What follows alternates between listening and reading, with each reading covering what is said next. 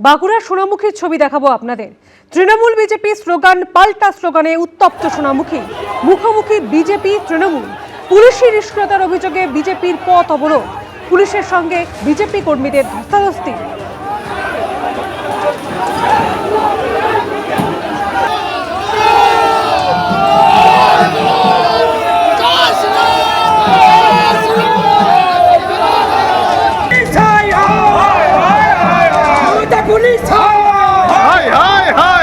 Police তুমি উঠতে ছাড়ো, তৃণমূলের ঝান্ডা ধরো।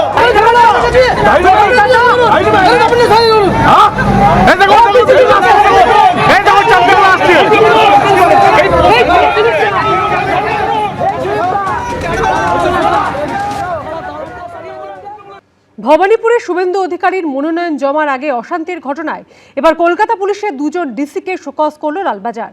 অজ্ঞাত পরিচয় তৃণমূল কর্মীদের বিরুদ্ধে দায়ের করা হয়েছে এফআইআর। আর অন্যদিকে মুখ্য নির্বাচনী আধিকারিকের দফতরের বাইরে বিক্ষোভের ঘটনায় দুই তৃণমূল কাউন্সিলরকে নোটিশ পাঠিয়েছে পুলিশ।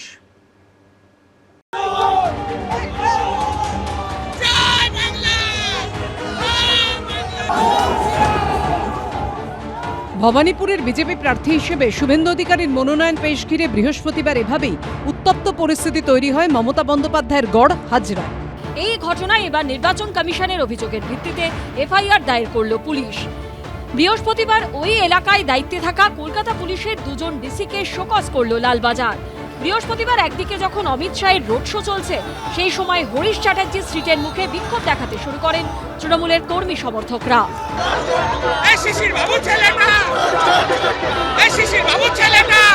সার্ভে বিল্ডিং এর কাছেও বিবাদে জড়ান তৃণমূল ও বিজেপি কর্মী সমর্থকরা। নির্বাচন কমিশনের দাবি, ওই এলাকায় শুধুমাত্র বিজেপির মিছিলের অনুমতি ছিল, বিনা অনুমতিতে সেখানে জড়ো হয়ে মাইক বাজান তৃণমূল কর্মীরা। এই ঘটনায় অজ্ঞাত পরিচয় তৃণমূল কর্মীদের বিরুদ্ধে কালীঘাট থানায় একটি ও আলিপুর থানায় দুটি এফআইআর দায়ের করা হয়েছে। এর মধ্যে একটি নির্বাচন কমিশনের অভিযোগের ভিত্তিতে ও দুটি পুলিশের শতপ্রণোদিত মামলা। তৃণমূল কংগ্রেসের বিরুদ্ধে যে অভিযোগটা তোলা হচ্ছে এটা একেবারে উদ্দেশ্য প্রণোদিত। তার কারণ আসল প্ররোচনা সেটা দিয়ে চলেছে বিজেপি নির্বাচন কমিশনের মাধ্যমে। তৃণমূল তো দায়িত্ব নিয়ে গোটাটা শান্ত রাখছে। এদিকে মুখ্য নির্বাচনী আধিকারিকের দপ্তরের বাইরে বিক্ষোভের ঘটনায় এফআইআর দায়েরের পর এবার দুই তৃণমূল কাউন্সিলরকে নোটিশ পাঠালো কলকাতা পুলিশ। নিয়ম ভেঙে ফর্ম 6 জমা দেবার অভিযোগ ঘিরে মঙ্গলবার থেকে দফায় দফায় বিক্ষোভ অশান্তি হয় সিও দপ্তরের বাইরে। গন্ডগোলের জেরে মঙ্গলবার রাতেই ওই এলাকায় 163 ধারা জারি করে দেয় পুলিশ। সিও দপ্তরের বাইরে থেকে তৃণমূলপন্থী সংগঠনের অবস্থান সরাতে গেলে পুলিশের সঙ্গে বচসা বেঁধে যায়।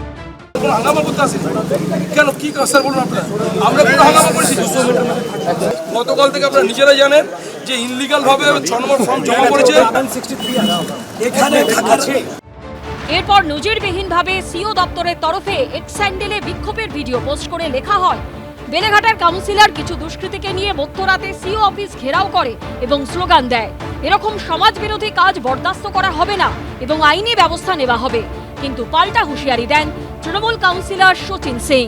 ইলেকশন কমিশন কি টুইট করছে, কি বলছে, তাতে আমার কিচ্ছু আসে যায় না। মানুষের স্বার্থের জন্য আমরা সবসময় দাঁড়িয়েছিলাম, সবসময় দাঁড়িয়ে থাকবো। এরপর বৃহস্পতিবার বিক্ষোভের ঘটনায় জামিন অযোগ্য ধারায় এফআইআর করা হয়, যেখানে নাম রয়েছে কলকাতা পুরসভার 36 নম্বর ওয়ার্ডের তৃণমূল কাউন্সিলর সচিন সিং, 32 নম্বর ওয়ার্ডের তৃণমূল কাউন্সিলর শান্তিরঞ্জন কুণ্ডু সহ 6 জনের। দুজনকেই নোটিশ পাঠিয়েছে লালবাজার। এখানে বিজেপি গন্ডগোল করছিল, বিজেপির কর্মীরা নেতারা বলছিল কি অপারেশন সিন্দুর করে আমাদেরকে গুলি করে মেরে দেবে, কিন্তু ওদের নামে একটাও এফআইআর হয়নি, একটাও কমপ্লেন হয়নি। থানায় হাজিরা দিতে নির্দেশ দেওয়া হয়েছে দুই তৃণমূল কাউন্সিলরকে। বিজেপির আরেকটা টিম যেটা বারবার বলছি প্রমাণ হয়ে গেল। পুলিশের কাছে যাবেন আপনি? সেটা দলের সাথে কথা বলে দেখি। গোটা ঘটনায় রাজনৈতিক বিতর্ক তুঙ্গে উঠেছে। এগুলো একেবারে পরিকল্পিতভাবে এবং পরিকল্পনায় হয়েছে।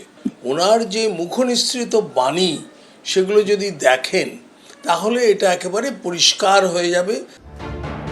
এরই মধ্যে ভোটের আগে রাজ্য জুড়ে বেআইনি জমায়েতের উপর নিষেধাজ্ঞা জারি করল নির্বাচন কমিশনের সূত্রের খবর।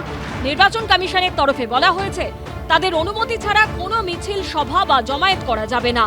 এই নির্দেশ অমান্য করলে সঙ্গে সঙ্গে গ্রেপ্তার করা হবে। এমনকি রাজ্যের মুখ্য নির্বাচনী আধিকারিকের দপ্তরে যাওয়ার ক্ষেত্রেও আগে থেকে অনুমতি নেওয়া বাধ্যতামূলক করা হয়েছে। দপ্তরের কাছে তৃণমূলপন্থী সংগঠন বিএলও অধিকার রক্ষা কমিটির ধর্ণা নিয়েও সতর্ক বার্তা দিয়েছে নির্বাচন কমিশন। সূত্রের খবর, মুখ্য নির্বাচনী আধিকারিকের দপ্তরের কাছে মঞ্চ বেঁধে আবার যদি বিক্ষোভ দেখানোর চেষ্টা হয় তাহলে আন্দোলনকারী বিএলওদের দ্রুত সাসপেনশনের চিঠি ধরানো হবে। ময়ূর ঠাকুর চক্রবর্তী, রুমা পাল ও অনির্বাণ বিশ্বাসের রিপোর্ট, এবিপি আনন্দ। বিধানসভা ভোটের মুখে ইডির নজরে তৃণমূলের 3 প্রার্থী। আর্থিক প্রতারণা মামলায় মেয়র পরিষদ এবং রাসবিহারী তৃণমূল প্রার্থী দেবাশিস কুমারকে শুক্রবার ফের জিজ্ঞাসাবাদ করা হলো। পুরসভায় নিয়োগ দুর্নীতি মামলায় তলব করা হয়েছে 2 বিদায়ী মন্ত্রী এবং তৃণমূলের প্রার্থী সুজিত বসু এবং রথিন ঘোষকে।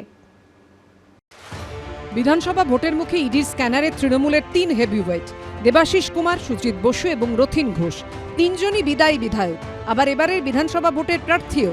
একটি আর্থিক প্রতারণা মামলায় মেয়র পরিষদ রাসবিহারী তৃণমূল প্রার্থী দেবাশিস কুমারকে শুক্রবার ইডি ফের জিজ্ঞাসাবাদ করল। পাশাপাশি পুরসভায় নিয়োগ দুর্নীতির মামলায় বিধাননগরের তৃণমূল প্রার্থী সুজিত বসু ও মধ্যমগ্রামের তৃণমূল প্রার্থী ও বিদায়ী খাদ্যমন্ত্রী রথিন ঘোষকে তলব করল এনফোর্সমেন্ট ডিরেক্টরেট। সূত্রের খবর, আর্থিক প্রতারণার মামলায় সম্প্রতি অমিত গঙ্গোপাধ্যায় নামে এক ব্যবসায়ীর ঠিকানায় অভিযান চালানো হয়। অভিযোগ, কলকাতার একাধিক বিতর্কিত জমির নথি পুরসভা থেকে তৈরি করাতেন এই ব্যবসায়ী। সেই বিতর্কিত জমি বিক্রি করে কোটি কোটি টাকা হাতিয়েছিলেন তিনি। সেই মামলাতেই জিজ্ঞাসাবাদের জন্য দেবাশিস কুমারকে তলব করে ইডি। না না জীবনে জানি না। অমিত গাঙ্গুলির পার্টনাররা কোনো হোয়াটসঅ্যাপ মেসেজ করেছিল? না।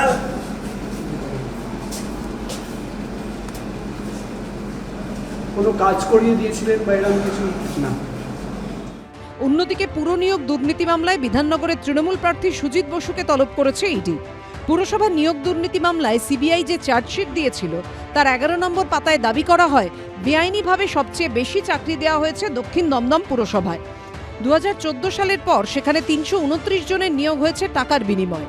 কেন্দ্রীয় এজেন্সি দাবি করে করোনাকালে তৃণমূল পরিচালিত দক্ষিণ দমদম পুরসভায় এভাবেই একসঙ্গে চাকরি হয়েছিল 29 জনের। এই পুরসভার ভাইস চেয়ারম্যান ছিলেন সুজিত বসু। এর আগে 10ই অক্টোবর লেকটাউনে দমকল মন্ত্রী সুজিত বসুর রেস্তোরাঁ, তার সল্টলেকের অফিস, গোলাঘাটায় দমকল মন্ত্রীর ছেলে সমুদ্র বসু রেস্তোরাঁ, লাউঞ্জ বারে তল্লাশি চালায় ইডি। সুজিত বসুর স্ত্রী, পুত্র, কন্যা ও জামাইকেও জিজ্ঞাসাবাদ করে এনফোর্সমেন্ট ডিরেক্টরেট। এবার ভোটের মুখে তৃণমূল প্রার্থী সুজিত বসুকে তলব করল ইডি।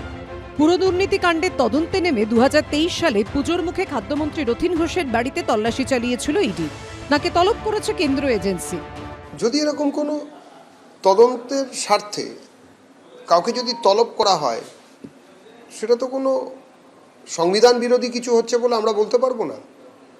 পশ্চিমবঙ্গের মানুষ জানেন কার অনুপ্রেরণায় গত 1.5 দশক ধরে পশ্চিমবঙ্গের মানুষের সমস্ত কিছু চুরি হয়েছে, লুট হয়েছে, প্রশাসনিক দুর্নীতি হয়েছে এবং এটা তৃণমূলের অনুপ্রেরণার পরম্পরায় হয়েছে।